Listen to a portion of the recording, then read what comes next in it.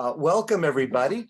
And this is our Mount Herman community meeting. It's an informational meeting, not a business meeting, so that we're not going to be having the usual like secretary's report, treasurer's report, things like that. We're going to do that in the fall. But because we have so much really good information and wonderful speakers, we want to give them the time to be able to fill us in on what's going on, update us.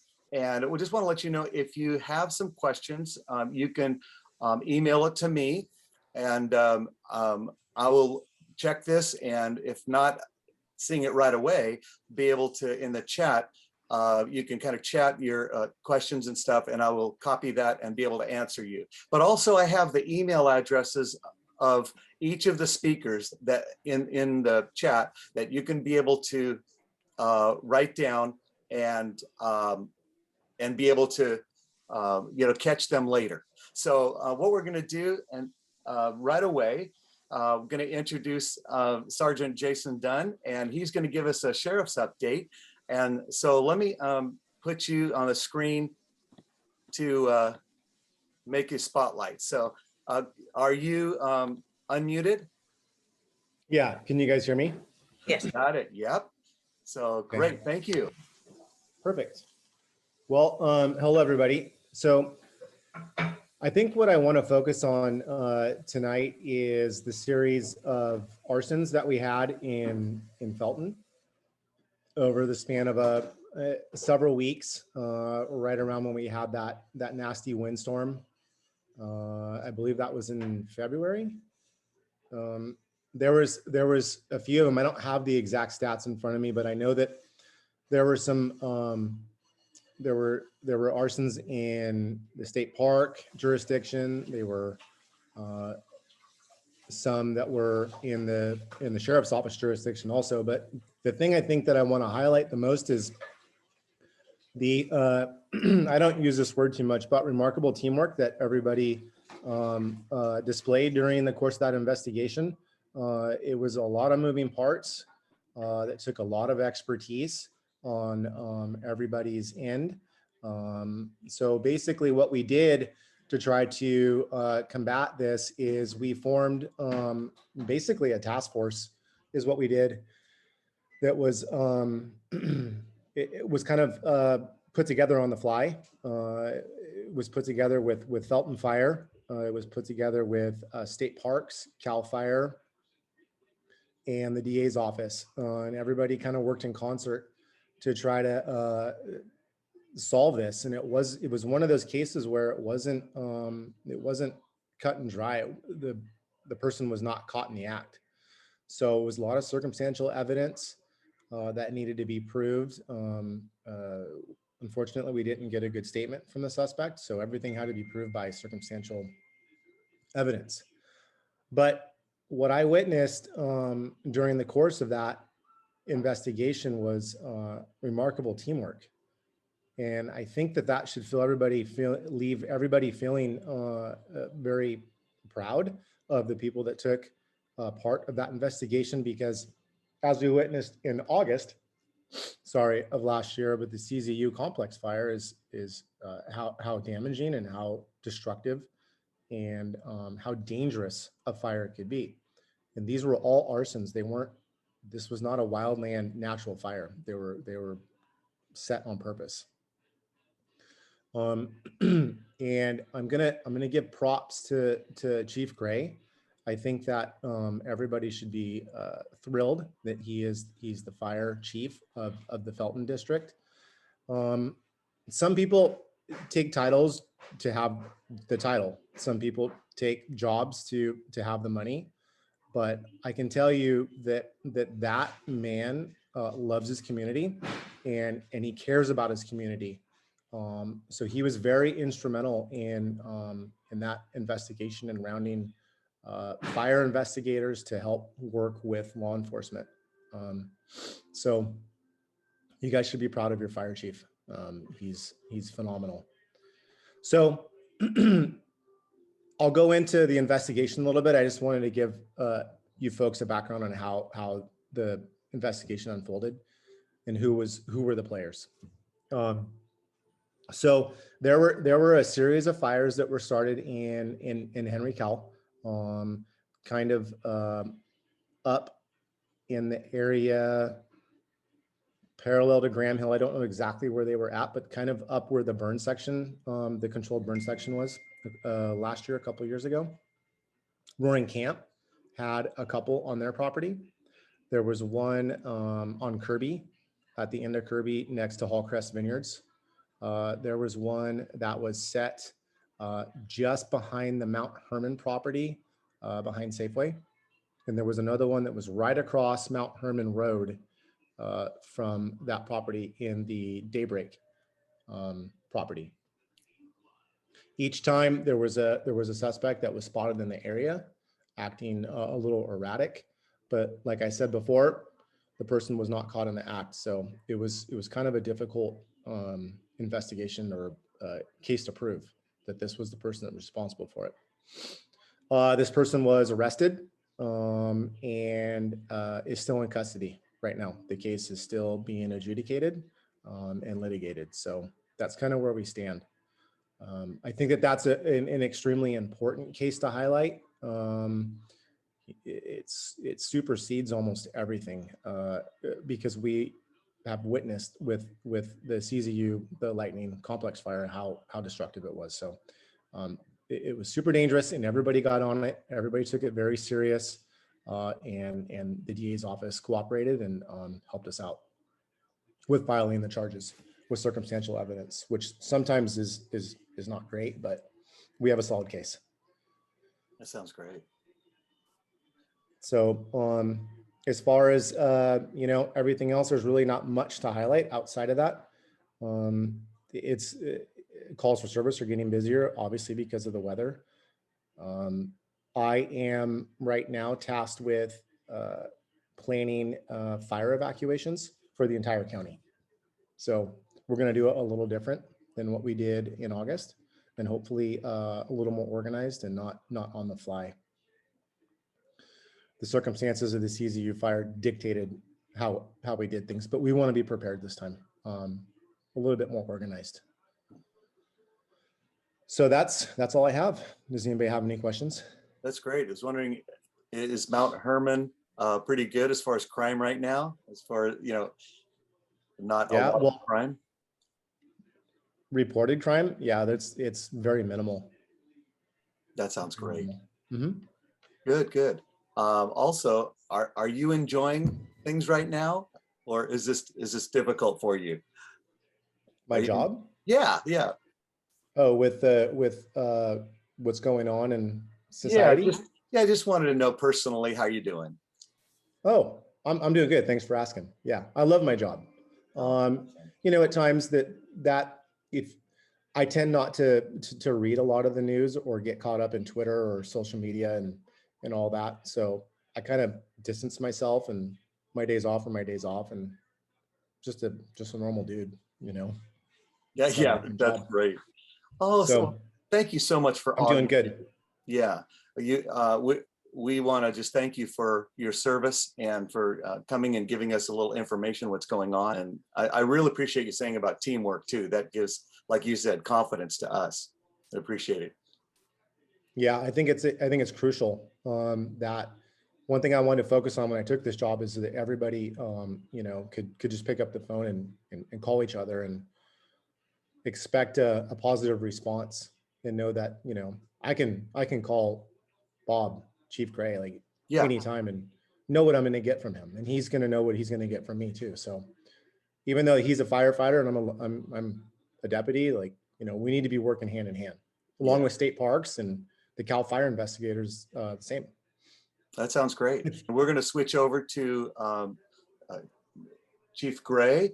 And if anybody does have any questions for Sergeant Jason Dunn, you could be able to just email him at the email address I put on the chat. All right, great. So let's move over to for Felton Fire Protection District update with Fire Chief Robert Gray. I got a pay Jason off for all those nice words that he said. I don't know what I did to deserve that, but thank you. So no, we really do have a good team going here, and especially following all the travesty of the last year. You know, things are definitely are working as a team here, especially in Felton, but in the valley as a whole. So I'd also like to thank Jason. We have noticed a significant drop in fires related to the unhoused and homeless. There really has seen just a huge reduction. Part of that is just keeping a educational program out there to let people know that, you know, it's cooking in the woods is, it can be unsafe, and conditions are such this year that what you may have done in the past is not going to be quite as safe as it was before due to drought and fuel conditions. So that is a huge help to us. This case with the arsonist was definitely troubling. It was good that it happened in the middle of winter, but even in the middle of winter, we still were having issues with fire spread that we wouldn't necessarily see even in the summer months in years prior. So the conditions are definitely such that we need to be vigilant this year. So kind of a few things I wanted to talk about tonight. I'll try to keep it as brief as I can. And we're very lucky to have Lynn here tonight to talk Firewise communities with us, because she is the foremost expert, at least that I've found. So we are very lucky to have her. So I'll try not to kind of go into that part of it as much as just what we're doing here in Felton Fire. So we are definitely jumping both feet in with any sort of vegetation management advice, if you will. We want to make ourselves available. I have a captain that I have appointed, Audrey Dawson. Some of you may know her. She has been appointed to do these inspections. She is very knowledgeable in wildland firefighting. She's been on many strike teams across the state over the last 20 years. And so she's got a lot of experience that she can bring to the residents of Felton as far as preparation. So that is something that is available to anyone who would like it. She's happy to conform to whatever schedule you is, walk resident by resident through each property and talk to them about what they can do. One of the biggest things that we've been asked is, are you going to fine me, or am I going to get in trouble? And we don't want people to be thinking that way. Right now, we need to do what we can to reduce the fire risk as much as we can. And it's not as much of, making it 100% fireproof. It's trying to get to a place that we are better off than we were last year. And with the idea that every year we're going to get better at getting these fuel reductions done and keep up on them. Because right now it's a huge project, but if we keep up on this type of work, it really isn't that much to keep going. So we are making that available. So Reggie, you did say that you'd put emails down. If somebody wants to email me, I can put you in contact with Captain Dawson, and she'll call you and schedule a time that works for your schedules. And that goes for all Felton residents, not just Mount Herman, but all Felton residents. So if you have friends outside of Mount Herman that live in Felton Fire District, we are also doing it for them. A few numbers that I found to be interesting. I was kind of looking at fire ignition data and stuff like that, because there's a lot of, I guess you call them rumors flying around about what exactly is the fire issue here. Why all of a sudden are we experiencing these huge fires, and never before have we seen this? It has been a slow progression through a number of years that have led us up to these conditions, but drought-stressed fuels over some dry winters, 15, 16, it really stressed the vegetation. In 17, 18, we got a little bit of recoup from that, and the fuels were able to recover a little bit, but still not come back to their normal moisture levels, what we're used to it, as well as not having generally being drought stressed. Going into last year and this year especially, since we haven't had the rain, those fuel numbers, or the moisture in the fuels is so low now. It's rivaling some of the numbers we may have seen 10 or 15 years ago in the middle of summer right now. So that is a big component to our issue. The other thing that I've heard a lot about is how PG&E needs to replace all their wires because they're the ones starting all the fires, which is false. They are starting fires, and they're definitely starting fires in other parts of the state. But in Santa Cruz County, we are experiencing most of our fires are from human caused in regards of either the arson fires, negligence with fire, campfires that get escaped, that sort of thing. So that's where we're really seeing it. Of course, our 2020 numbers are skewed because we had lightning fires, which isn't something that we normally have. We recorded 28 lightning fires last year. The year prior, we had none. So lightning fires, arson, and vehicle fires are the leading causes of fires that in the Santa Cruz County area, Santa Cruz San Mateo area, that are growing into larger fires and causing us all these problems. So as I kind of alluded at the beginning, a lot of the activities we may have done for years and years and years that never caused a problem may this year be a problem. So that extra vigilance of, making sure that, if it's a kind of a warm, windy day, maybe it's not the best day to have a bonfire or have an outdoor fire pit going. Pay attention to the weather forecasts and listen to those weather reports when they're pretty good these days about reporting fire weather and when there is a hazard. The northeasterly winds events are really what are the warm and drying winds that are causing a lot of the red flag conditions. So, look for those types of things and just generally educate yourself on, what to do in an emergency. So you're not trying to figure it out when it's happening. So like I said, there's some statistics here.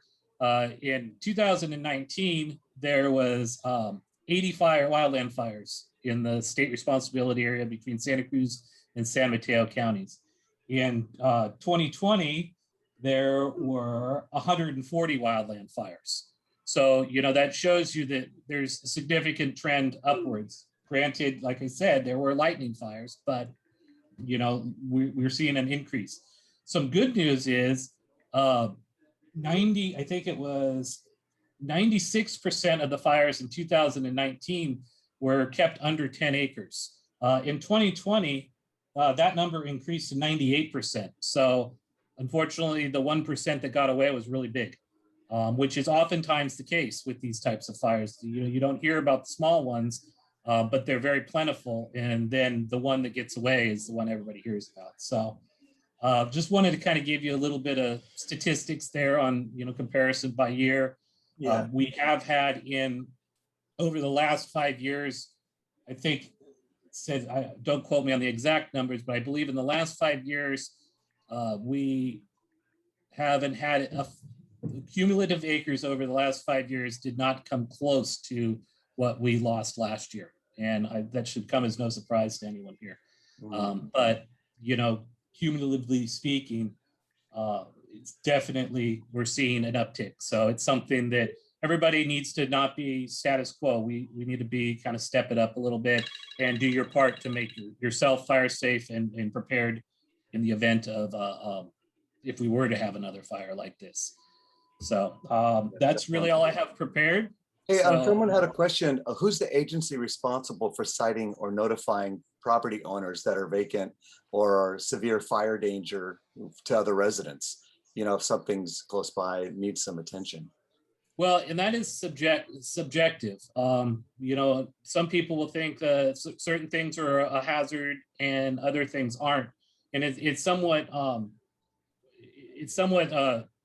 subjective. Like I said, if you report them to me as a local area fire chief, I can see what codes apply. We do have some very minimal. The defensible space standard on the books is actually kind of like a bare minimum. So, you know, a lot of the times those properties, while not being the best fire safe property, they are meeting the minimum requirements. So if you report it to me, I can kind of sort through it and figure out which way to send it, if there is something we can do. Unfortunately, there's not a whole lot we can do on vacant properties, like where there's no land or no house. Yeah. We can't do anything with that at this point, but we're working on that as well. So. Excellent. Well, thank you so much. It's such an honor to have you, and we really appreciate you filling us in on what's going on. Hey, I'm so glad you are here, and I know that you're kind of partnering with Adam, and so this will be good to be able to hear from you. Go ahead and start. All right, and may I share my screen? Oh yeah, let me, sorry, I lost you again, but yeah, definitely. Okay, so you may have to give me host privilege after this, but I'm Yes, the host. right. Okay. Just make me queen for the day, and I'll give it back to you. You're queen. All right, yay. Okay, let's see. Can everybody see my screen? Yep. Yay. All right. Okay.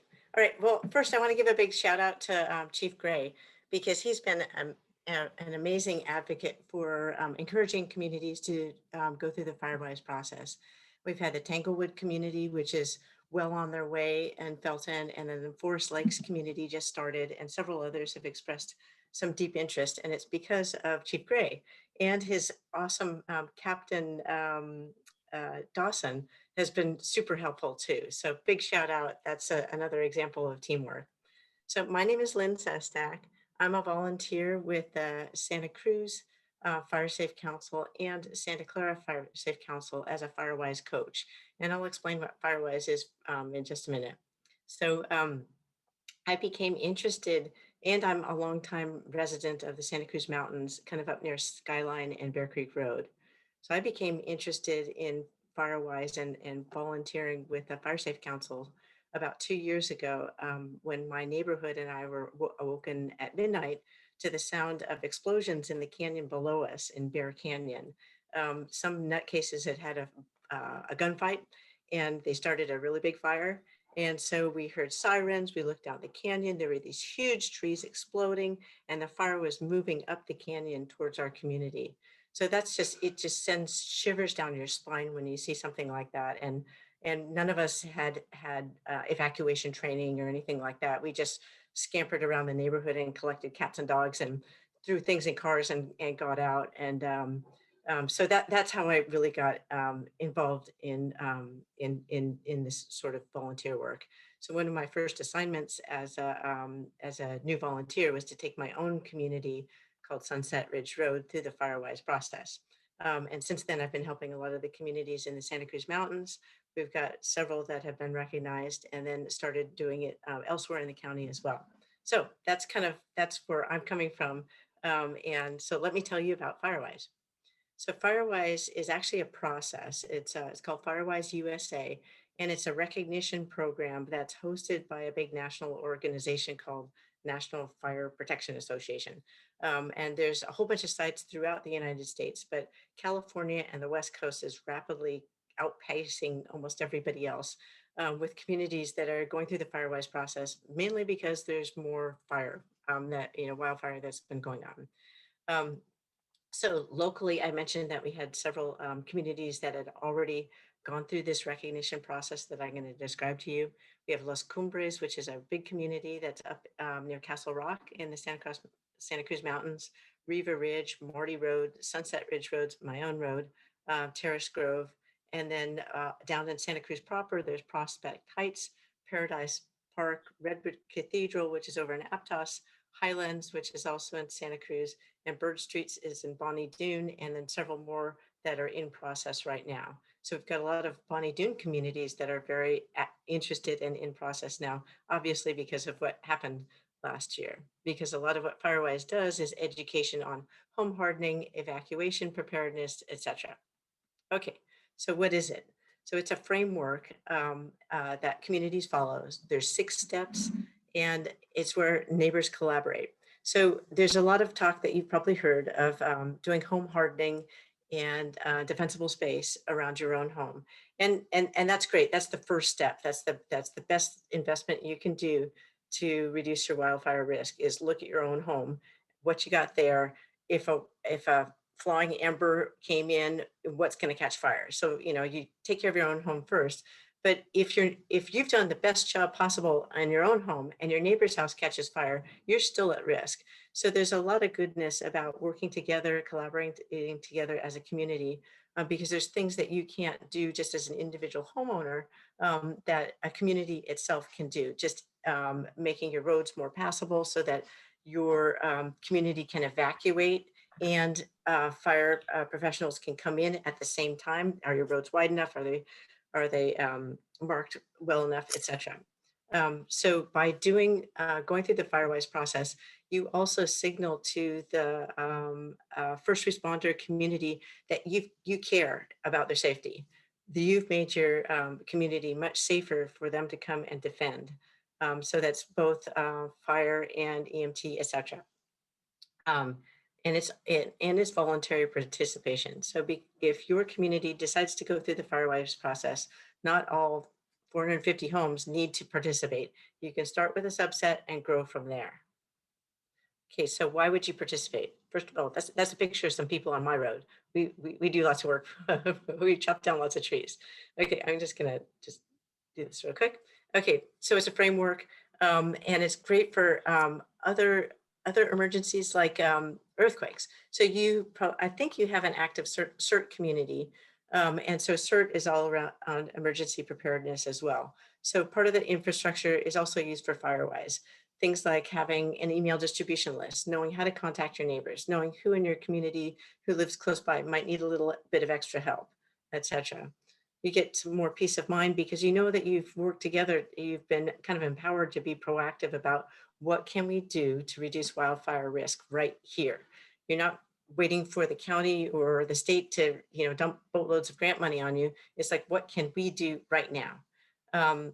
You get access to professional assistance through the fire safe councils for people like me and fire professionals such as Chief Gray.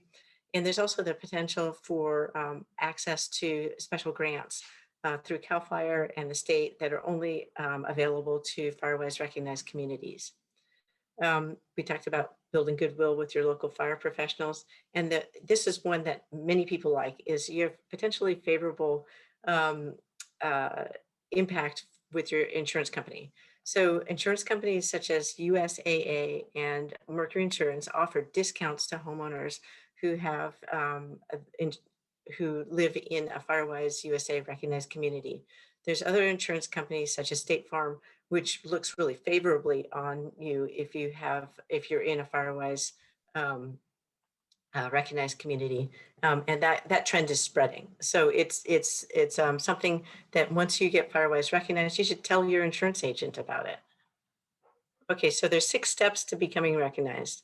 The first one is you can form a board or a steering committee.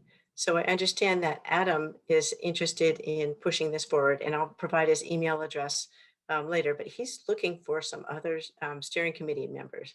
So those are people who want to be proactive to kind of get in the process, to work with Adam, and I'll be helping too, just to provide guidance of how to go through this whole FireWise recognition process. The next one is you complete a wildfire risk assessment. So this is a 14-page PDF form that collects a lot of data about the risks in your community as an aggregate, like what percentage of homes have fire-resistant roofs, what percentage of homes have cleared in the first 5 feet of their house, do they have a gray zone there? So part of it's data collection that your steering committee does, and then the other part is getting a wonderful person like Chief Gray's Captain Dawson to come and walk your community to provide you input. So she's been invaluable for the Tanglewood community to help them complete their wildfire risk assessment. So I would hope that she might be available for your community as well. Next, you would host one educational event per year. So the Fire Safety Council of Santa Cruz County offers home hardening, defensible space. I do a wildfire evacuation preparation workshop, And there's tons of workshops you could, or webinars that are available through Fire Safe Marin. So there's a whole bunch to choose from. The steering committee would select one and offer that to the community. Okay, we're on step 4. You develop a multi-year action plan. So based on the input that you get from somebody like Chief Dawson, Captain Dawson, she'd walk through the community and point out things like, you probably need some better turnouts so the emergency vehicles can get in. You might need some better signage. Might need to do some vegetation management over here. So your steering committee takes all this input that you've received, plus what you and your community already know, like that thing over there is a hazard. We need to smooth this out over here. And so with that, you create a 3-year action plan. You do your low hanging fruit the first year, and then the slightly tougher things are things that require, grants or money would come later. And then the one other step, which is actually really easy to meet, is there's a requirement for 1 hour per residence per year, or $25 per resident per year. So say you have 100 homes in your community, just for easy math. This means that your community in the last 12 months before you submit your application would need to have done 100 hours of wildfire risk reduction activity. Now, this is anything from from weed whacking outside your house, from clearing the litter in your gutters, from making sure that you don't have dead leaves accumulated around your house, from doing proactive projects to make sure flammable plants aren't up next to your house, or for participating in a community work day. So this is actually a really easy thing to meet, especially if you live in Santa Cruz County and have a lot of wildfire risk. And then finally, one of your steering committee's members is going to create an account on the portal and submit an application. So here's some other things that your community could do just to accumulate those hours. Plus, it's bonding, and plus it's doing reducing risk in your neighborhood. You could have a chipping or brush clearing day. You could make sure that all your fire hydrants are easy to see. So this picture right here, you can't see the fire hydrant. If you don't have blue reflective dots to mark where your fire hydrants are in the streets, those are free from CAL FIRE. You get some of those, put them in. You make sure that fire engines can roll into your driveway to save your home. Do you have clearance 14 feet up and 10 feet wide? You could mark your turnaround locations. You could create GIS maps. You could have emergency communication plan. Our community and several others in the FireWise space use either WhatsApp or Signal or some sort of messaging app so that you could easily notify everybody of an emergency event. Because there are some cases when county events aren't registering on people's texts, etc. So it's a way to collaborate quickly and communicate. So once you receive your FireWise recognition, you get a couple of these nifty plaques. It says FireWise USA. You put them at the entrances to your community. So that lets first responders, the fire department, know that you've been really proactive about reducing risk in your community. And then you can go celebrate too. So I'm going to give you I'm almost done because I know I only have 10 minutes, but I wanted to give you a couple quick examples of what other communities do. So Las Cumbres up in the mountains, large community, they created an alternate evacuation route, and they do regular drills for that evacuation route. Chamaquita Park created this concept of pods where you subdivide your community into little groups of 10 so that you could quickly plan and communicate together. Forest Lakes in your area is focusing on vegetation management and grant seeking, and Tanglewood has been looking into fire retardant deck treatments. And River Ridge has been using CAL FIRE off-season crews for shaded fuel breaks. And finally, my community, we like to cut things down. So we have a sidearm mower, we have a couple big chippers, and a lot of chainsaw happy people. So we cut things down along our road, and then we all work together to drag trees over the chipper. We enjoy great lunches, and then you can see the end result of one of our projects is roadside management, where it's we've managed our vegetation. So that's my community. I'll send these slides to Reggie to share with everybody. There's URLs to more stuff. And then Fire Safe Council is here to help. There's me and other people. And then of course, Adam is looking for volunteers. So here's a plug for, if you're interested in learning more about this and working with me and Adam, give a shout out to Adam. So I hope I maintained my 10-minute. I Oh, you're great. You're didn't great. go over. So that's Firewise. Oh, that's so great. Thank you so much. We really appreciate your time in explaining that. And just for everyone else, we are going to have these videos online on our website that you could be able to, rewatch this or show other people. That would be great. Well, thank you so much. And also just in the chat, if anybody does want to, Adam's best email address is mhcarea4rep@gmail.com. And then also Lynn's address is there as well, so that you can ask any questions for her. So thank you very much for that. All right. Thank you All very right. much. I wanted All right. to take just Have a a good moment. evening. I just wanted to take just a moment to do some announcements. And one of them has to do with what's going on with our becoming a Firewise community. We definitely would like to do that. And Adam needs some folks because he's the point person for this. So he needs some people to start a main steering committee. And so please get a hold of him if you're interested in that. And we're going to be going around to all the community and sharing. We have a flyer that explains this about the Firewise, and we'd like you to respond through that as well. Also, we're going to be doing a chipping program Sunday, May 9th. And I wanted to share with you real quick in our newsletter, and you can always go online to our mounthermancommunity.com, and you can go to the newsletter, and we have announcements here. And one of the announcements, we've got it in a Word document or PDF or just right online here. But one of the things is that we're having this chipping day, and it's going to be May 9th is when you have to have it ready. Let me just read from here. MHA is offering a chipping program with the final gathering day Sunday, May 9th, and chipping piles have to be on the road by May 9th. The tree service will only accept branches and shrubs 1 inch diameter to 4 inches diameter. No leaves, twigs, or things can go in a green bin. Those that can go in a green bin, they can't chip leaves. And lay the branches in one direction, no crisscrossing, preferably with all cut ends together. And chipping will be street by street over 2 weeks after May 9th, and they will not return to spot twice. Along with the chipping program, MHA will provide their yearly roadside vegetation maintenance, and it'll start the same day and will be in tandem with the chipping program. As a guideline, they cut back 3 feet from the asphalt and 12 feet high. And they're going to send us more information, but that's just for you to know that we will be having this chipping time. And it's great to take advantage of that. It'll give us credit towards a Firewise community. So definitely want everyone to be involved and just be very alert to that. Another thing we're doing is we're going to be mapping our neighborhood over the summer.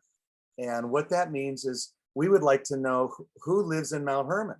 And the complete package is a CERT program that Lori Shipley, who is a CERT certified person, she's going to be the point person for this. And her email address is in the chat as well, Lori Shipley. And we're going to try and gather the name and address and special needs for everyone in Mount Herman. We've never done this before. Mount Herman Association has their list of people, and we have only pretty much just a list of emails that we send out, about 393. But we'd like to find out names and addresses and any special needs to be able to help people in a disaster. Now I'm going to play a short video. It's only 4 minutes long, but it tells you why it's important that we do this. A CERT representative is telling a group of people before COVID, because they're all in the same room and and not even thinking about mask wearing or anything. But what happened, the Oakland fires some years ago, it was catastrophic. It was really a terrible time. But there was one person who was the son of a woman who was killed in the fire. And this one person said about his mom that if people knew that she was there, she wouldn't have died. The problem was no one knew she was living where she was. And so no one took time to go check on her when the fire started. And so what we want to do is to be able to know where everybody's at, because there's some properties that have 2 living units, and we just want to find out, who's where, and find out what contact information, like phone numbers and email addresses, whatever you can share or feel comfortable sharing. We'd like to have that contact information, especially for emergency people like the police and the fire department. Now, this is going to be a private list that no one has access to, no realtors have access to, and it's going to be a private list just for our community, so that we could be able to help out in a disaster situation. Also, we are going to have area representatives kind of bring a flyer of what we're doing with mapping the neighborhood, and also flyers with the Firewise community. And we have a few new area representatives, Lori Shipley and Tim Gallagher, our new representatives. And also taking Kimberly Miller's place will be Wayne and Katie Hendrickson, and taking Diana Bond's place is Courtney Andrews. So just to let you know on that. And also we will have our business meeting in the fall, October 28th. So mark your calendars at 7 o'clock. That would be great. Now we want to hear from Bill, because we've had a lot of questions from the community about what's going on with registration. Okay, thank you very much. You Hello, bet. everyone. It's good to see you all. For those of you who I haven't met before, my name is Bill Fernald. I serve on staff here at Mount Hermon. I'm also a resident. I live up on Madrone Avenue, number 5, and I've been there for about 25 years now. So grateful to be with you and to be learning alongside of you about all the good information we just heard. I'm going to talk to you about Mount Hermon's summer and summer seasons registration and what things look like for this year. Of course, last year we had to shut that opportunity down. We have some real challenges again going into this summer, but I owe it to you to give you a little more context and backstory on this of what's going on. So I'm going to share with you some slides. Hopefully, Reggie, if you can hear me, could you let me know if you can see that? No, not yet. Nothing, huh? Nothing yet. Let me see. You've got control. So did you share screen? How about this? Oh yeah, now we got it. Thank you. Thank you. Okay. Let me walk you through the story a little bit of where we're at and where we're headed. And I could sum things up right now. There's still a lot of unknown, as you can imagine, in this COVID world. The information is changing daily, especially for those in hospitality, and especially in this county, and especially for those who do large group gathering activities. We are planning a summer. We're excited about that. Our focus is going to be mainly here at the conference center on our family camps, a reduced version of that, far less guests on the grounds than we normally would have.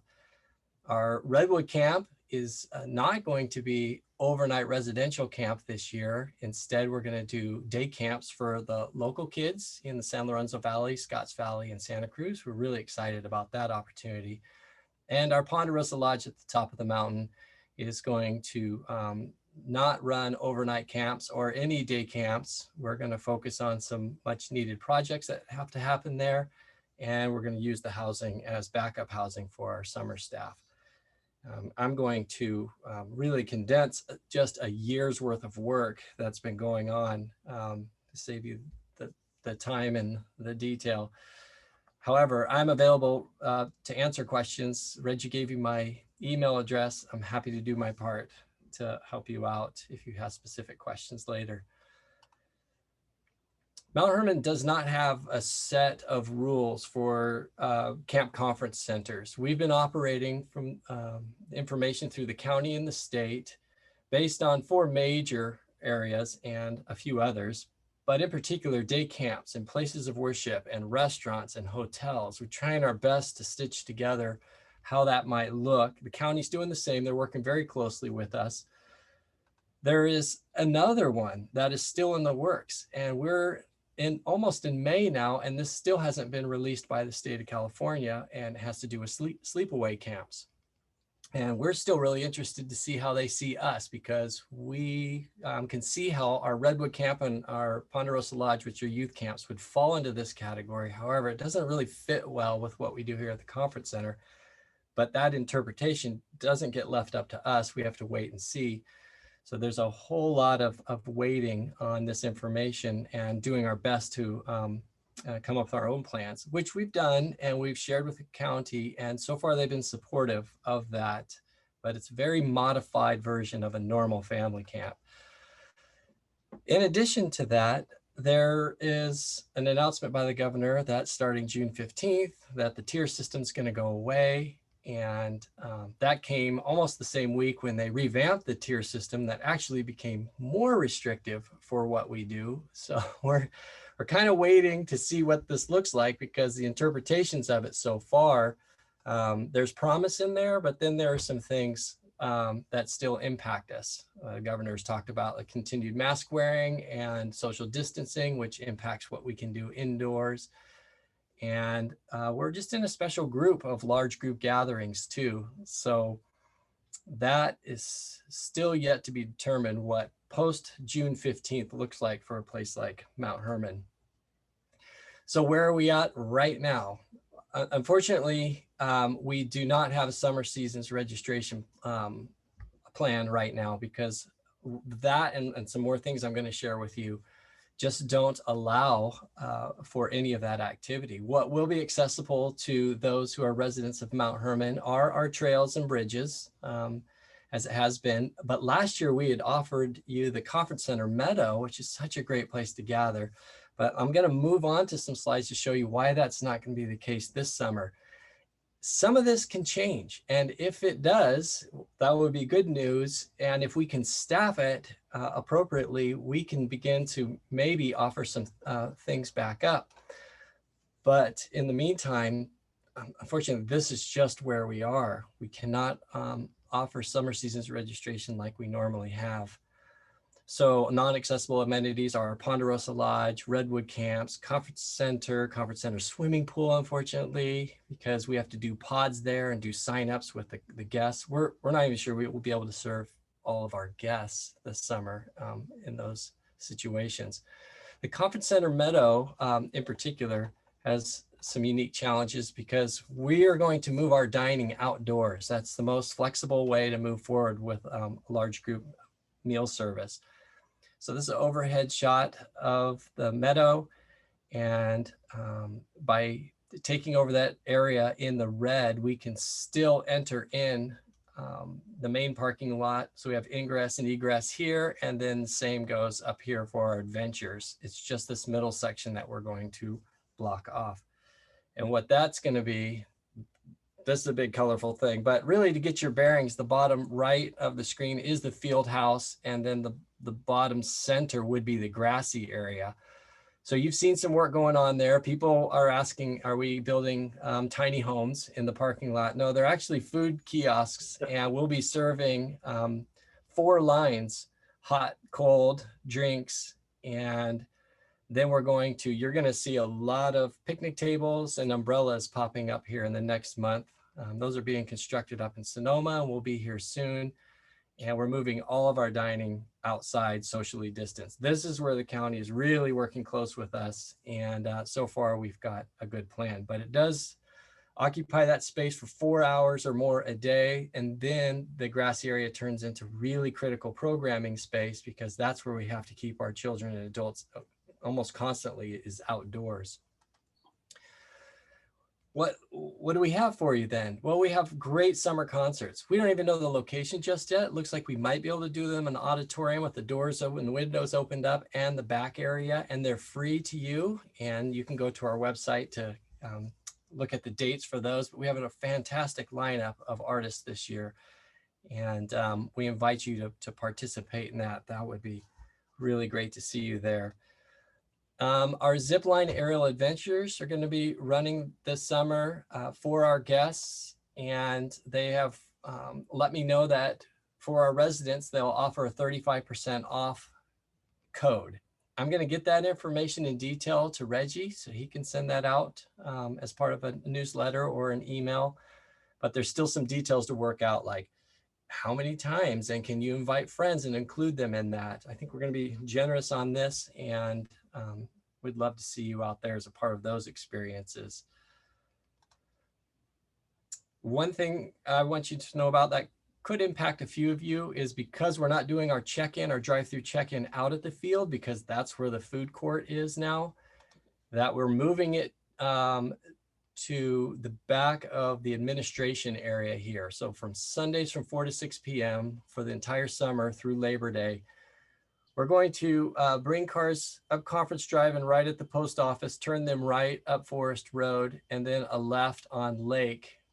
We are going to temporarily close for 2 hours this little intersection with Mound. There's plenty of ways to get in and out of Mount Herman. That's a street that's only used by a few residents, and bring them into our back parking lot for a health screen and their packet pickups, and then they'll exit. There is a tight little spot in a few areas here, and we're going to clear the cars and have some staff out there guiding traffic. So it's just for those 2 hours on Sundays. I'm going to just skip through these. This is our word for the year: teamwork, whatever it takes, together. And we have so many opportunities. We're adding some 200 jobs before summer. If you're interested or know someone who would be interested in a job at Mount Herman, it's a neat way to get involved and be a part of summer on the front lines. Lots of opportunities there. And we have great volunteer opportunities as well throughout the week. And Marilyn DeCamp, who lives on Pine, is heading that up, and she can be reached at volunteer@mountherman.org. The jobs one was mountherman.org/jobs.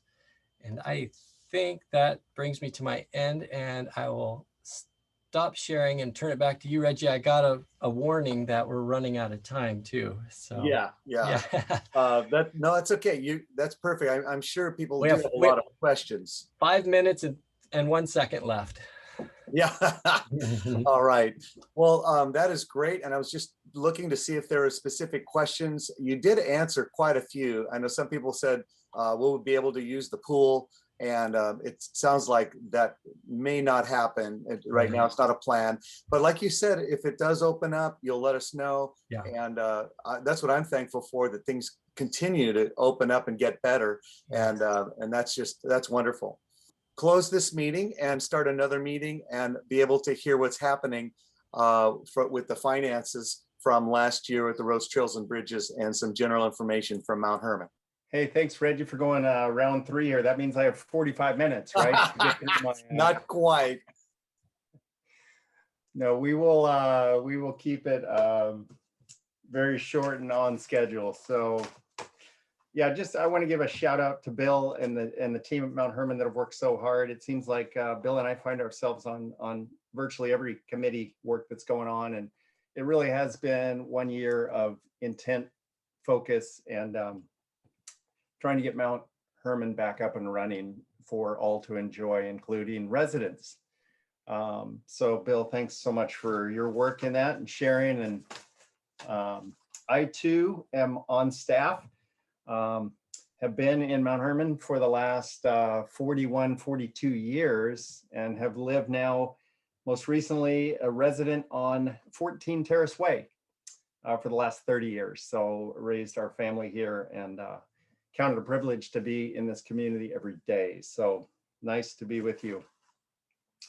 So I'm going to share some spreadsheets. I know spreadsheets, they don't really fit well on slides. They don't really look well on Excel, but I think it's just important that we have that up. These are also available should you like some, you can certainly get a hold of me, and I'm happy to make copies available. So can I share as well, Reggie? Yeah, you can. I just made you host. Okay, great.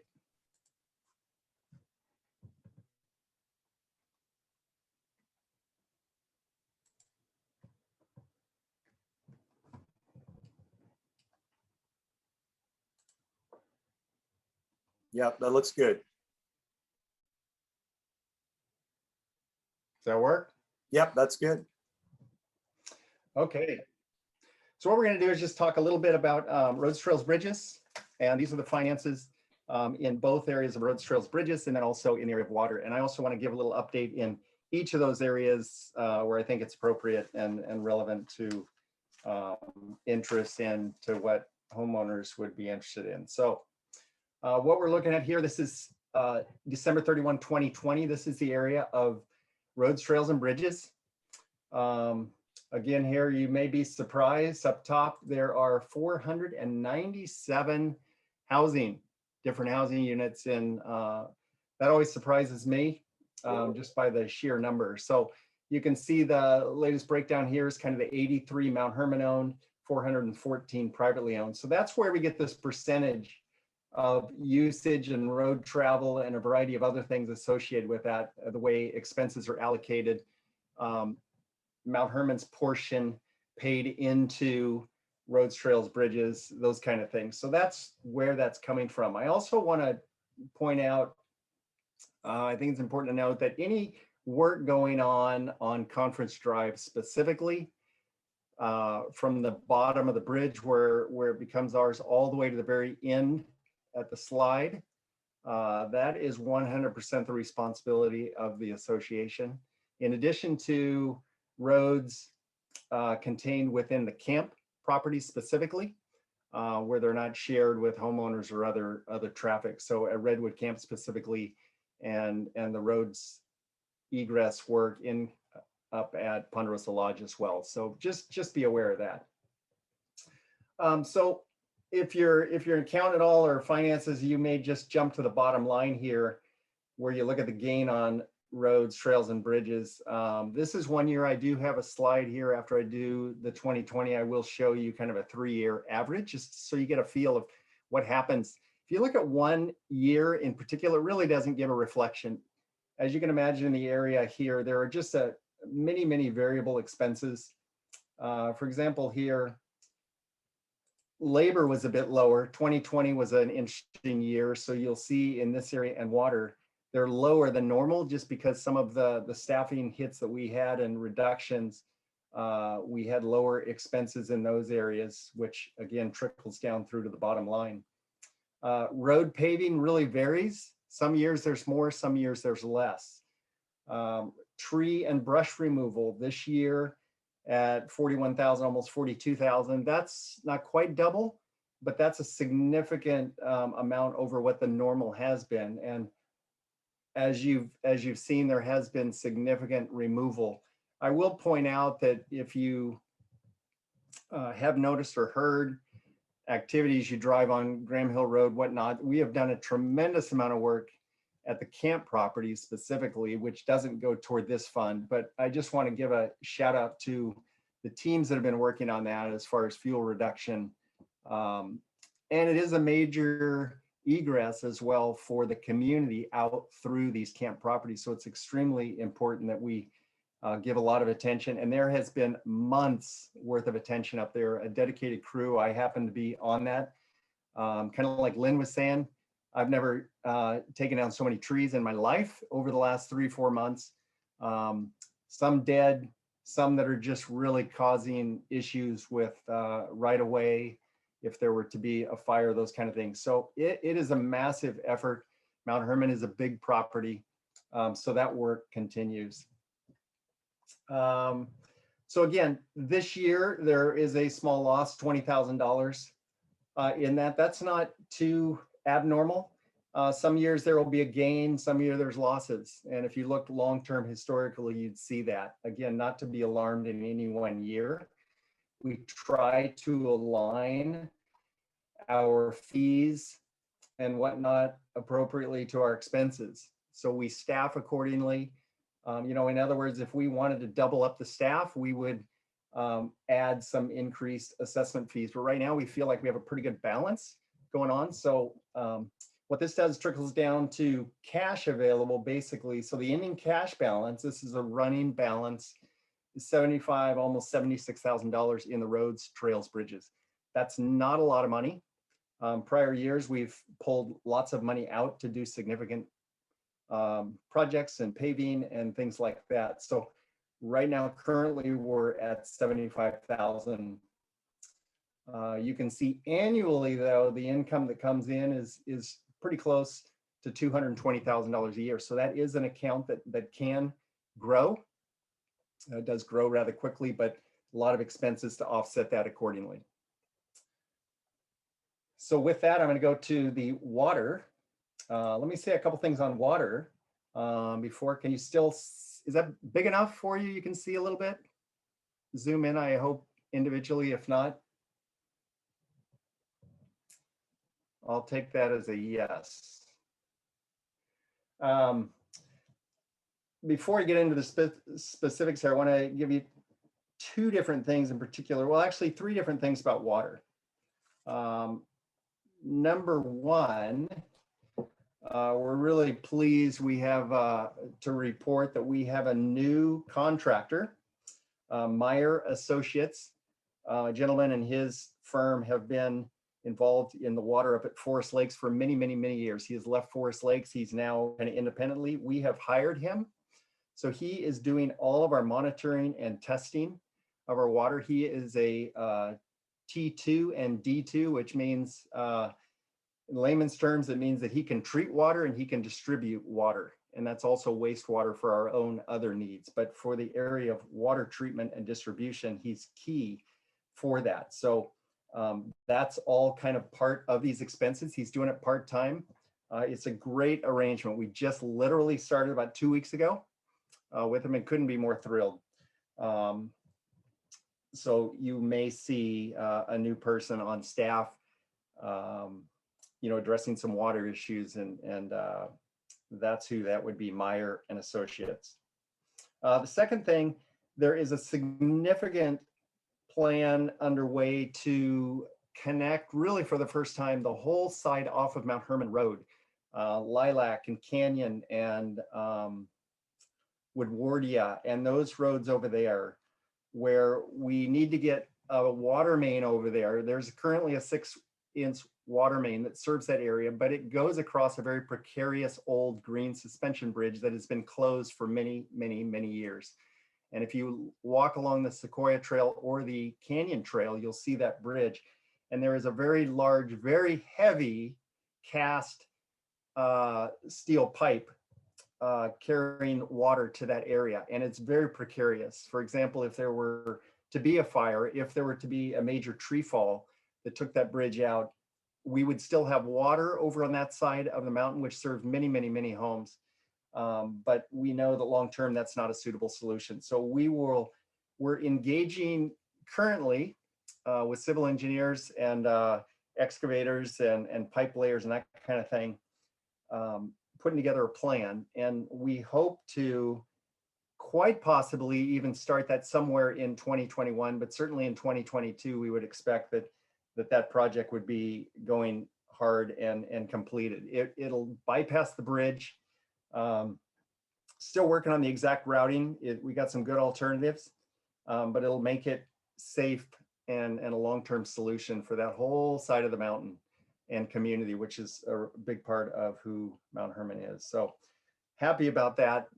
A lot of expense in that, as you can imagine, that kind of work. And we're talking, hundreds and hundreds and hundreds of feet of laying that kind of a large water main pipe. So it will be significant. Thirdly, since we're talking about water, before I get into the details, let me just talk about rationing. Some have asked some questions.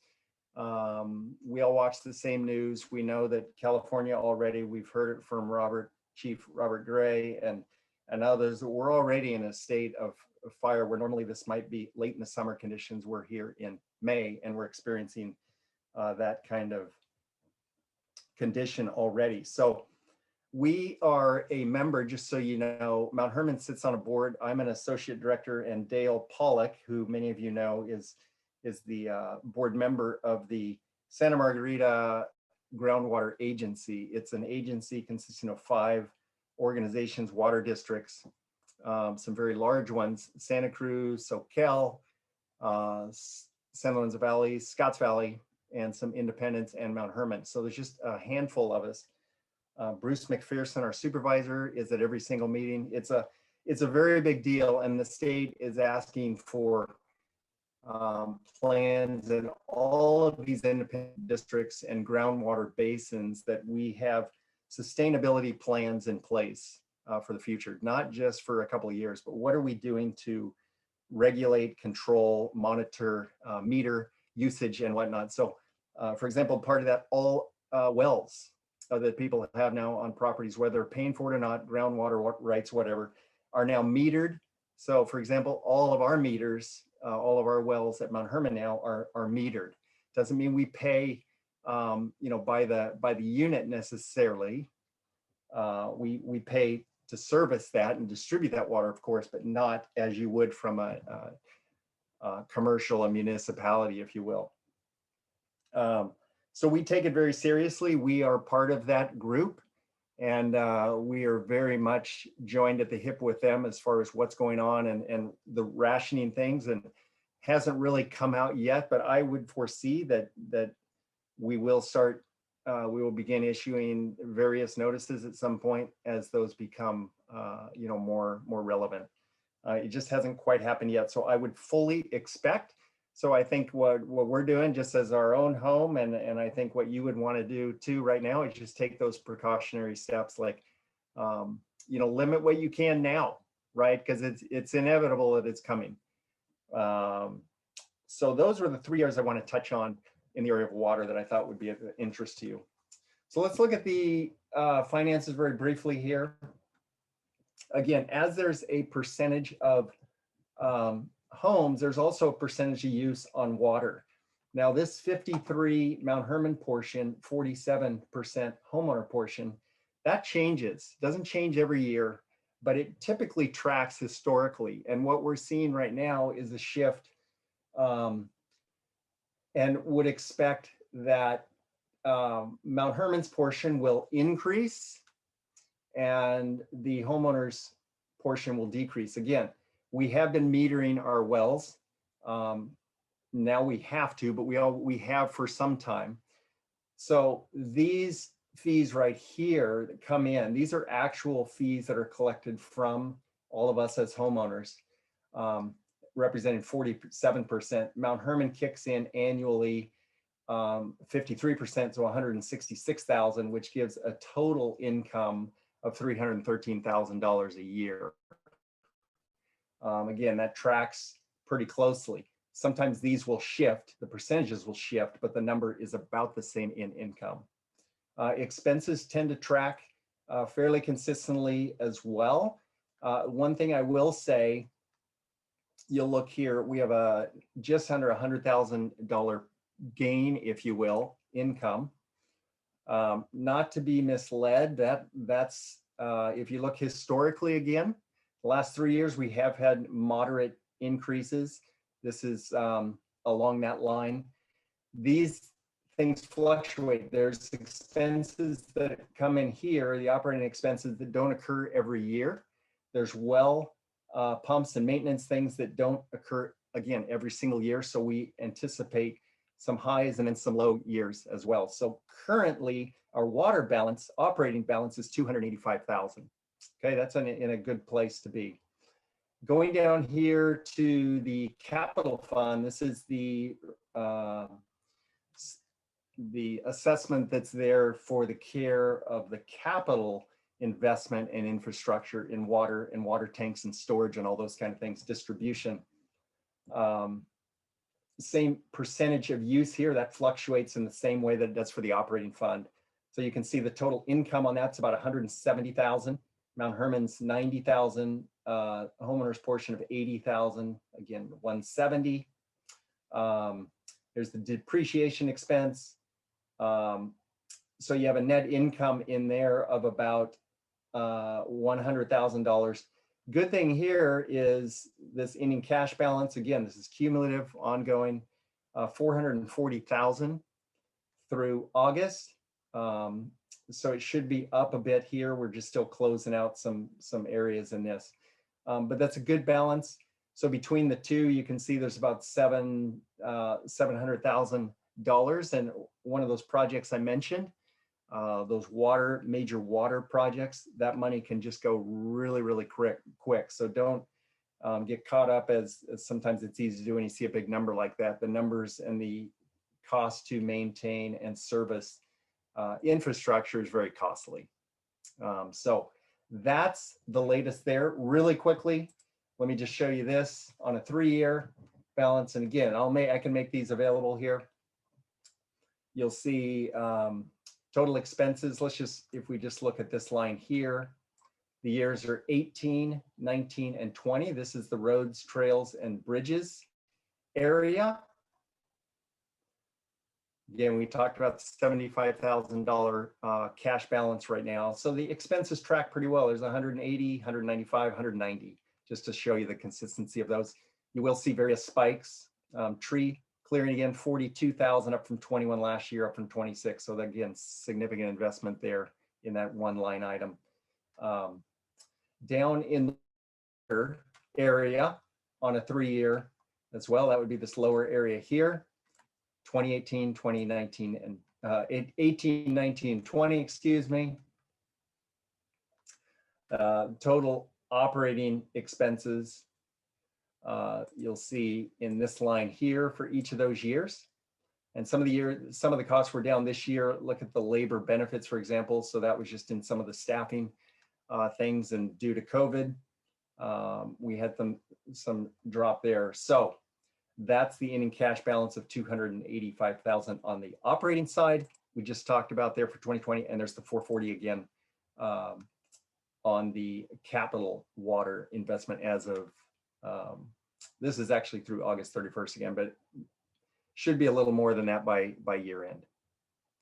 So I know that's a lot. It's a lot of numbers. I've been looking at them probably a little bit longer than you, I recognize, so I don't mean to just kind of, but hopefully you got a sense of what's going on and some of the basis for that. So Reggie, with that, I will turn it back to you. If I know how to turn this off again. You said go to participants, I believe, and point it to you.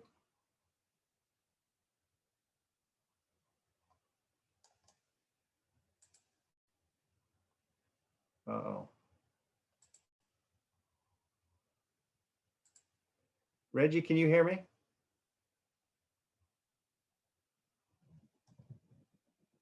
Go to more and make me host.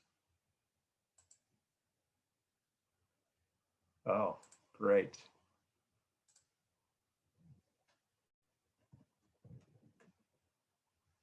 Now I could, okay, you got it. Brian, thank you so much. That is great to hear all the detail, and it's good to know that we can be able to get that if we just want to email you. That's awesome. I had a couple questions as we're kind of wrapping things up. Bill Fernald, I think, got some questions on vaccination for guests, screening guests and such. Is there like a policy that you guys are going to be screening guests for if they've had vaccination? Or, oh, you know what, I need to open you up so I can hear you. Hang on a second. Okay. Oh no, I think I can hear you. Brian, can you hear me okay? I don't know, can you answer that about the vaccinations for guests? Yes. Yeah, every guest who comes on the property must have proof of vaccination or a negative COVID test within 72 hours. We will be doing weekly screening of all of our staff. We will be doing daily health screening for our every child all the way up through high school. Adults will be self-screening once they're here. So yes, it's a big part of that process, and that'll all occur at the check-in that Bill was explaining. Okay, that's wonderful. And someone was asking about where the concerts are going to be, and we don't know yet. We're hoping it's in the auditorium, but if we're not allowed to do it inside, we'll have it outside on the field. So that's what the scoop is, I think, right now. All right, thank you so much. And Ron, I'd love for you to be able to close us in prayer, and let me make sure I unmute you here. I need to find you. Sorry, a little bit laborious, but I know. Oh, there you are. Okay. So let's see if this this works. Okay, can you hear me? I can hear you. Okay, great. Well, good evening, everybody. Glad that you could all be here tonight. I was glad I could be a part of this. And I also live in Mount Hermon, obviously, but I'm on the East Zayante side of Mount Hermon, so on Highland Avenue. Been here about 11 years now. Have lived in Mount Hermon longer than that due to having worked on staff a number of years, but glad to be a homeowner and a part of the community. So let's close in prayer. Father, I want to thank you for giving us this evening, this time via Zoom. We're thankful for that service to be able to provide this. And Father, we just want to lift up and thank you for Jason and Robert and Lynn and Bill and Brian and Reggie for all their presentation tonight. Thank you for the information and the helpful directions given. And Lord, we thank you for the way in which you have watched over us through an incredible year from 2020 onward to now. And we are grateful, Father, that we can call upon you, that we're heard, that you receive us, and that you give direction and sustenance to us. And grant us, Lord, your grace, which it's translated into peace and hope. And we continue to come together to pave the way, to make our community safe and free of the dangers, so many dangers that surround us. And we thanks again that we have many resources and that we have each other to lean upon. And we pray this in Jesus' name. Amen. Amen. Thank you so much, Ron. We are going to, I'm going to put these 3 videos together and put them on our website, give a link tonight. And if there's anything in the future with Mount Hermon that needs to be emailed, I'll let you know. And just want to encourage everybody to continue to be safe, communicate with each other in a positive way, and let's move forward to just make this community one of the best around. Thanks a lot. Have a good evening. Good night.